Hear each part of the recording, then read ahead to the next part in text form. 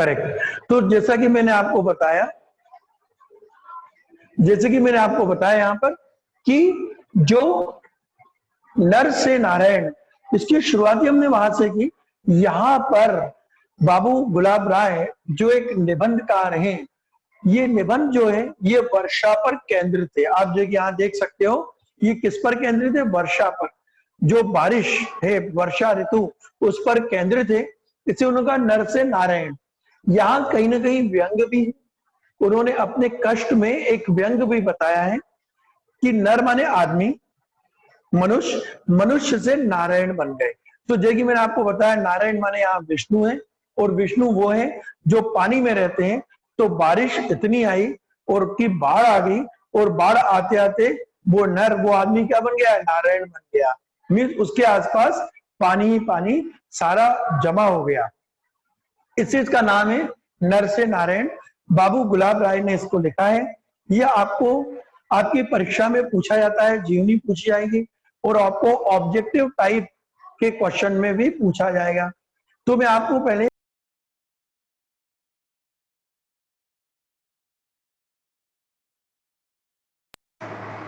जिससे आपको ये चीज स्पष्ट हो जाएगी कि हम किसके बारे में बात कर रहे हैं।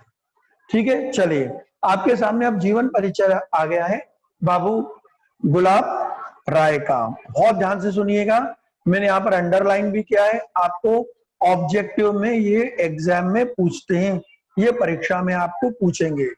तो हिंदी के प्रसिद्ध समालोचक, समालोचक मीन्स जो किसी भी विषय पर आलोचना लिखते हैं उसको समालोचक कहा है।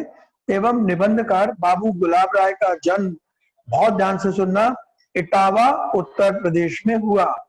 कब हुआ? 1888 में। ठीक है, कब हुआ? 1888 में इटावा में हुआ। आपको परीक्षा में प्रश्न पूछने आ जाता है कि बाबू गुलाब राय का जन्म कब और कहां हुआ। उसके बाद उन्होंने आगरा विश्वविद्यालय से डी.लिट किया, नहीं, डॉक्टर ऑफ लिटरेचर की उन्हें उपाधि मिली। कहां से मिली? आगरा विश्वविद्यालय से। और बाद में ये प्राध्यापक बन गए। प्राध्यापक बनने के बाद आगरा से ही निकलने वाला एक साहित्य संदेश, साहित्य संदेश एक बहुत अच्छी एक किताब आगरा से निकलती थी, उसके वे संपादक बन गए। और उन्होंने अपना एक अलग विशिष्ट, विशेष माने प्रमुख, विशेष स्थान बनाया साहित्य जगत में। उन्होंने अपना एक स्थान बनाया। उनके जो आलोचनात्मक कृतियां हैं, आपको आएगा कि उनके कौन कौन सी आलोचनात्मक कृतियां हैं, उनकी रचनाएं कौन कौन सी हैं। तो एक है ठलुआ क्लब, याद रखना, एक क्या है? ठलुआ क्लब।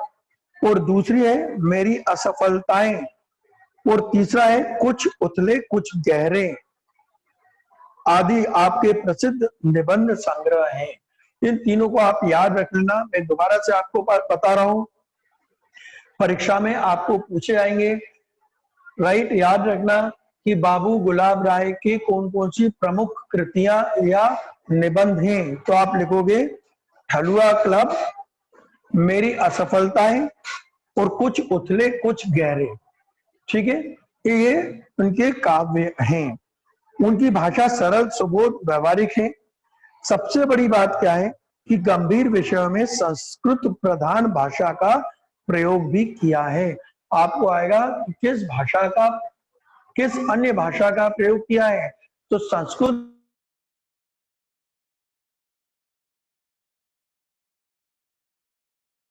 जैसे कि मैंने आपको शुरू में बताया, बोर्ड पर भी लिखा हुआ है, नारासु अयनम यस्य सह नारायण, मतलब जो जल में जिसका घर है वो नारायण है। तो संस्कृत भाषा का भी उन्होंने प्रयोग किया है। द्विवेदी युग के हैं, कहाँ के हैं? द्विवेदी युग के। आपको ऑब्जेक्टिव आ जाएगा किस युग के हैं, तो आप कहेंगे द्विवेदी युग के हैं। और गंभीर विवेचन करने वाले विद्वानों में गुलाब राय का नाम शीर्ष स्थान पर है। ठीक है, इनका नाम शीर्ष स्थान पर है। ठीक है ना, ये मैंने आपको यहाँ पर लिखकर भी बताया था, तो संस्कृत भाषा का भी इन्होंने प्रयोग किया है। अब यदि मैं आपसे बात करूं कि इस निबंध का केंद्रीय भाव क्या है ना, आपको कई बार आता है कि केंद्रीय भाव लिखें, तो अब हम केंद्रीय भाव क्या लिखेंगे, आप देखिए, देखते चलिएगा साथ साथ में। यस, देखिए यहां पर इसको आप देखने चलना, सबसे पहले की एक लाइन आप पढ़िएगा, पहले की पंक्ति में आपको सब कुछ यहां पर आ जाएगा। वहां पर लिखा हुआ है, निबंध मन की सहज और उन्मुक्त उड़ान है। निबंध क्या है? मन की सहज, आसान और उन्मुक्त उड़ान है। उन्मुक्त माने जिसको कोई बांध नहीं सकता हो। तो यहां पर भी आपको आएगा कि निबंध क्या है, तो आप कहेंगे निबंध मन की सहज और उन्मुक्त उड़ान है। ठीक है, ये पूर्णतः सिद्ध करता है। निबंध का विषय वस्तु क्या है? वर्षा पर केंद्रित है। मैंने आपको ये पहले ही बता दिया, वो किस पर केंद्रित है? वर्षा पर केंद्रित है। और यहाँ पर निबंध का प्रारंभ जो हुआ है वो अवर्षा की स्थिति से प्रारंभ हुआ है। क्या होता है, जब तक पानी नहीं आता है हम पानी की अभिलाषा करते रहते हैं। हम कहते हैं जल्दी वर्षा ऋतु आए, जल्दी वर्षा ऋतु आए और जल्दी जल्दी से बढ़िया पानी आ जाए, पानी आ जाए, क्योंकि हम उमस से, गर्मी से परेशान होते हैं। ऐसे ही इस निबंध की शुरुआत है, जो मैं आपको अभी आगे बताऊंगा। तो वो निबंध की शुरुआत कहां से? कि वर्षा का अवर्षा की स्थिति है। लेकिन निबंध का जो अंत होता है वो कहां होता है? वर्षा का प्रभाव बहुत जबरदस्त हो जाता है। मतलब प्राकृतिक सौंदर्य तक तो हमें बारिश बहुत अच्छी लगती है, वर्षा बहुत अच्छी लगती है, लेकिन जब गड्ढों में पानी भर जाए, जब बाढ़ की स्थिति आ जाए, जब नदी नाले पूरी तरह से भर जाए, हम एक स्थान से दूसरी स्थान पर ना जा पाए, तो वर्षा में कैसी लगने लगती है? बेकार लगने लगती है। और यहाँ आगे आप यही देखेंगे, जब यहाँ पर भी क्या हुआ कि गुलाब राय जी ने बड़ा अभिलाषा की बारिश हो जाए, वर्षा हो, लेकिन जब वर्षा इतनी बढ़ गई कि उनके घर का कहीं फर्श टूट गया, कहीं जमीन धंस गई, है ना, जलमग्न हो गए। वो जलमग्न माने पूरी तरह से पानी भर गया। और यहाँ तक कि गुलाब राय जी को दूसरी जगह भी जाना पड़ा, इतना उनके घर में पानी भर गया, तो कष्ट हो गया। तो जब कष्ट हो जाता है तब बड़ी दिक्कत है। तो इसलिए निबंधकार ने नारायण अपने आप को बताया है, अनुभव किया है कि वे भी क्या हो गए? नारायण हो गए। आसपास पानी पानी भर गया उनके घर के, वे भी नारायण हो गए। तो उन्होंने यहाँ पर इस कथन को बताया है। उन्होंने कहा है नारायण वो है जो जल में निवास करता है ना। आप देखिए मैंने यहाँ पर इसको अंडरलाइन भी कर दिया है। नारायण मतलब भगवान विष्णु। भगवान विष्णु का उनका घर कहाँ है? समुद्र में है। तो वो कहता है कि वो जो समुद्र में है वही नारायण है। उनकी स्थिति भी नारायण जैसी हो गई। घर के आसपास पानी पानी भर गया। वर्षा का जल सृष्टि का पोषण करता है। उन्होंने कहा असल में वर्षा का जल क्या है? सृष्टि का पोषण करता है। मतलब हमारी जो पूरी सृष्टि चल रही है, हमारा जो पूरा जीवन चल रहा है, वो जीवन किससे चल रहा है? वर्षा से ही चल रहा है ना। बिना वर्षा के तो हम चल ही नहीं पाते। तो वर्षा का जल पोषण करता है। जब वर्षा होती है उसके पास भी धन धान्य पूरा आता है, अच्छे फल आते हैं, फूल आते हैं और हमारे खेतों में धान भी आती है। ये ललित शैली में लिखा गया है। एक और चीज आप याद रखना, इसको ललित शैली में लिखा गया है। और इसका जो निबंध है वो कैसा है? बहुत ही आकर्षक है। नहीं तो निबंध कैसे होते हैं? निबंध नहीं तो होते हैं बड़े उबाऊ निबंध होते हैं, ऐसा लगता है निबंध हमारे बड़े उबाऊ हैं। लेकिन यहाँ जो हमारे गुलाब राय हैं उन्होंने क्या किया? उन्होंने इस निबंध को बड़े रुचिकर पूर्ण से लिखा है। अब देखिए जो इसमें महत्वपूर्ण है वो चीज मैं आपको समझाते चलूंगा, आप उनको देखते चलना, जिससे कि हमें ये समझ कर हम आगे बढ़ते चलें।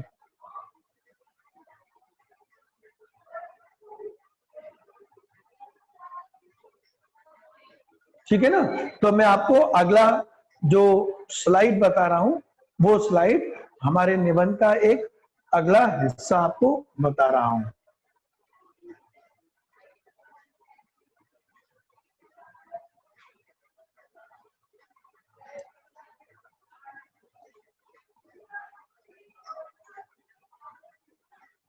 ठीक है, थोड़ा सा मैं आपको पहले इसका पहले वाला पढ़ देता हूं, उसके बाद से हमारा यहीं से हम इसको प्रारंभ करते चलेंगे।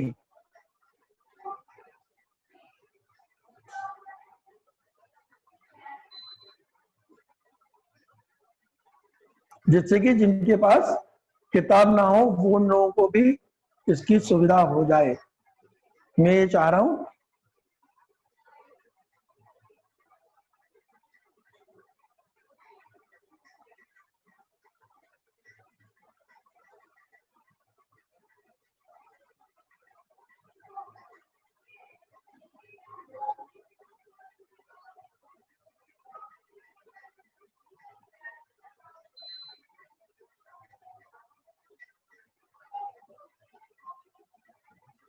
यस, देखिए इसके पहले का एक और स्लाइड है, वो स्लाइड आपको मैं यहां से पढ़ रहा हूं।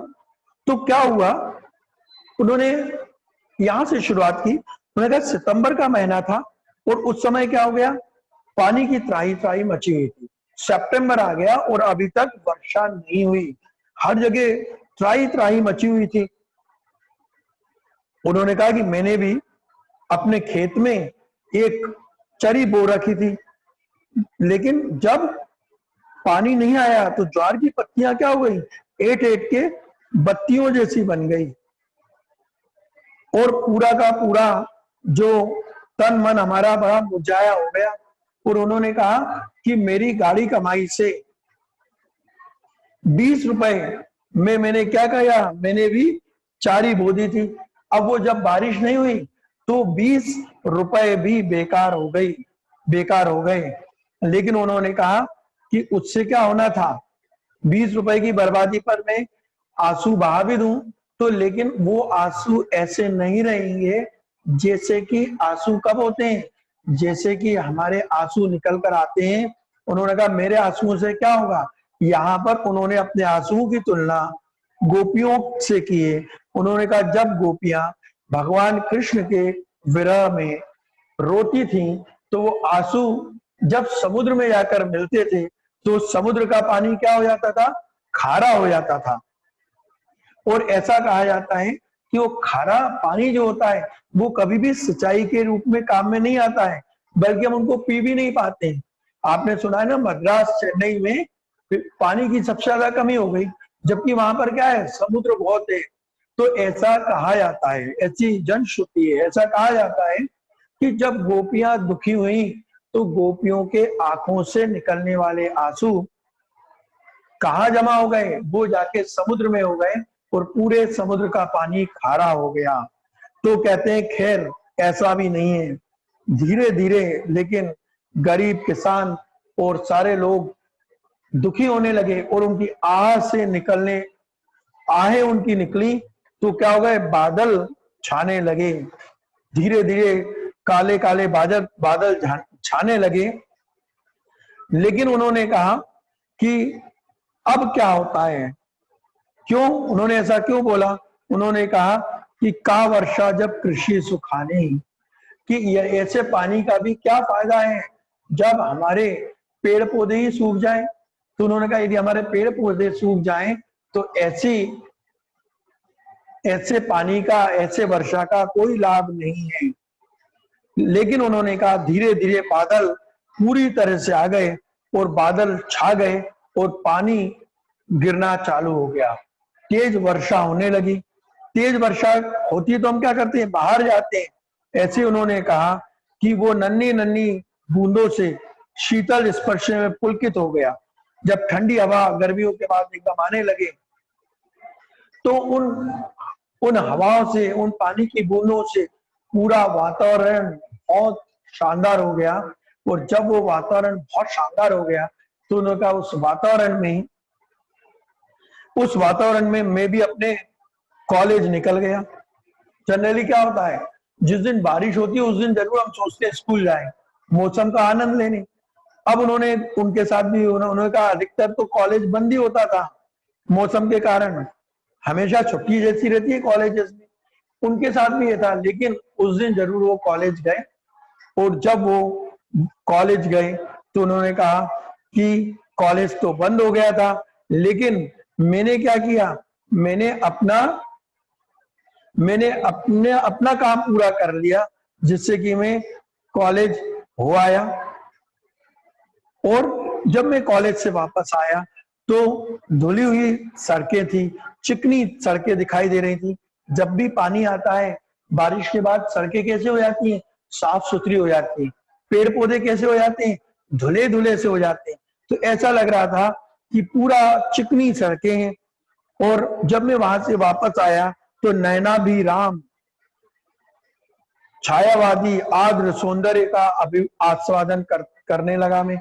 मुझे लगा वाह, नैना भी राम माने जो हमारे आंखों को अच्छा लगने वाला दृश्य, वो आंखों को अच्छा लगने वाला दृश्य को वो मजा लेते हुए घर की ओर वापस आए। जब वो घर की ओर वापस आए तो आते आते उन्होंने देखा उनके बगीचे में पानी आ गया है, शेफाली के फूल खिलने लगे हैं और धोए धोए धोए से पत्ते मुझे दिखाई दे रहे हैं, हरे हरे धुले पत्ते दिखाई दे रहे हैं। और ललित हरित ललित यौवन भरी लहलहाती लोनी लताएं, लता माने बेल, जो बेलें हैं वे भी हरी भरी दिखाई दे रही हैं। उन्होंने कहा नैना विराम दृश्य मेरे आंखों के सामने आ गया है। अब धीरे धीरे लेकिन क्या हुआ, ये पानी जब बरसने लगा तो ये पूरे पानी ने एक विकराल रूप ले लिया। और ये जब विकराल रूप होने लगा तो धीरे धीरे पीछे की ओर 1 फुट पानी भर गया उनके घर के पीछे। उन्होंने कहा लेकिन मैं तो क्या कर रहा था, सौंदर्य पान कर रहा था, मैं तो प्रकृति की सुंदरता निहार रहा था कि अरे वाह, यहाँ पर भी पानी है, वहां पर भी पानी है। लेकिन धीरे धीरे उन्होंने कहा कि मैं जब घर के बाहर निकलकर मैंने देखा तो बच्चे क्या कर रहे थे, गंगा जी में कागज की नावें तैराकर खुश हो रहे थे। जो पानी इतना ऊपर आ गया और वो पानी आते आते गंगा जी बन गया, नदी जैसी बहने लगी और बच्चे वहां पर नाव तैराने लगे। और धीरे धीरे उन्होंने कहा पूरा वातावरण बड़ा रसमय हो रहा था, शाम तक तो बड़ा जलमय और आनंदमय वातावरण हो गया था। लेकिन उन्होंने कहा धीरे धीरे धीरे मैंने देखा कि मेरे घर के आसपास पानी की जमीन तालाब बनने लगी थी। उन्हें के मन में, मेरे मन में डर भी लगा कि कहीं ऐसा ना हो कि हमारे रोशनदानों में से भी पानी आ जाए। लेकिन उन्होंने कहा कि जो रोशनदाने वो तो अभी ऊपर हैं, 3 फीट ऊपर पर हैं। पर उन्होंने कहा कि धीरे धीरे धीरे मर्यादा तोड़ दी पानी ने, और पानी निकल निकल कर आने लगा। और मेरे मकान में बाउंड्री वॉल भी नहीं थी, तो बाउंड्री वॉल से क्या होने लगा, यदि बाउंड्री वॉल ना हो तो उन्होंने कहा कि दुश्मन हमारे और भी करीब आ जाता है। और ऐसे ही वो दुश्मन इतने करीब आ गया सॉरी कि वो दुश्मन इतने करीब आ गया, बाउंड्री वॉल नहीं है तो अब दुश्मन और करीब आ गया और पानी तेजी से आसपास भरने लगा और रोशनदान के मुंह तक भी पहुंच गया। उन्होंने कहा मैंने नाइग्रा फॉल तो नहीं देखा। अब देखो उन्होंने क्या किया, ये निबंध में एक बहुत उन्होंने व्यंग भी कहीं ना कहीं यूज कर लिया। उन्होंने कहा मैंने नायग्रा फॉल तो नहीं देखा है, लेकिन नायग्रा फॉल के साथ मैंने ये देखा कि जब पानी ऊपर से नीचे की ओर आ रहा है तो पानी क्या हो रहा है, वो नायग्रा फॉल की सुंदरता दे रहा है। और एक ऐसा दृश्य उपस्थित हो गया कि ऊपर से नीचे तक पूरा एक झरना बह रहा है।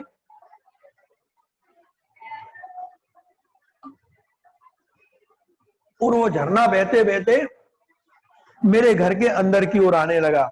लेकिन मुझे अभी भी क्या हो रहा है, उन्होंने कहा गर्व हो रहा था कि वाह बहुत अच्छा पानी आ रहा है। वर्षा के दिनों में होता है ना, हमारे घर के आसपास गलियां भर जाती है तो हम बड़े खुश होते रहते हैं, हम बड़े प्रसन्न होते हैं कि अरे वाह, ये पानी यहाँ से आ रहा है। तो कितना अच्छा होगा जब ये पानी, हम पानी को देखने में मग्न होते हैं, हमें भूल जाते हैं कि यह कि पानी हमारी नालियों सड़कों पर भरते भरते ऊपर तक आ गया तो आगे का दृश्य कितना भयानक हो सकता है। और यही उनके साथ धीरे धीरे होने लगा। वो उन्होंने कहा कि यदि घर फूंक कर तमाशा देखना चाहता तो नामुमकिन हो गया था।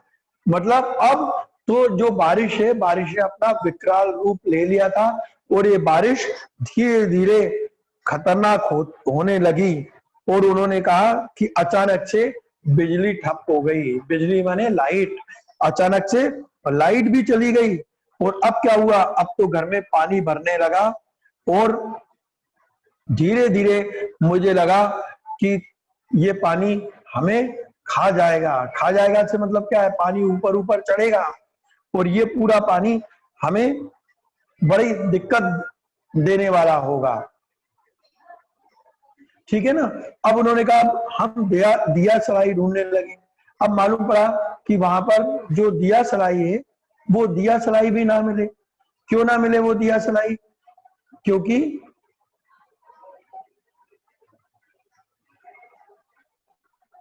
वो दिया सलाई इसलिए नहीं मिल रही थी क्योंकि अंधेरा था। अंधेरे में उसी का नाम बीड़ी सिगरेट पीने वाले थे कि हमें जल्दी से दिया सलाई मिल जाए। अब वो भी नहीं था तो दिया सलाई ढूंढने के चक्कर में उन्होंने कहा हम लगे रहे और वो दिया सलाई फिर भी हमें नहीं मिली।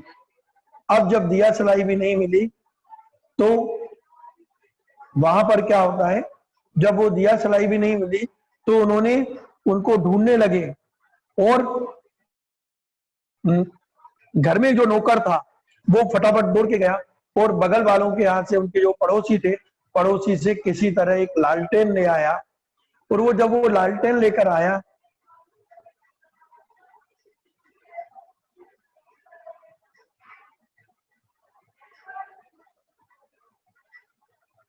तो जब वो लालटेन लेकर आया तो उस लालटेन में बड़ी मुश्किल से उन्होंने देखा तो उन्होंने देखा घर में घुटनों घुटनों तक पानी भर गया है। पानी पूरी तरह से घर में आ गया है और वो घर के घुटनों घुटनों तक बढ़ गया है।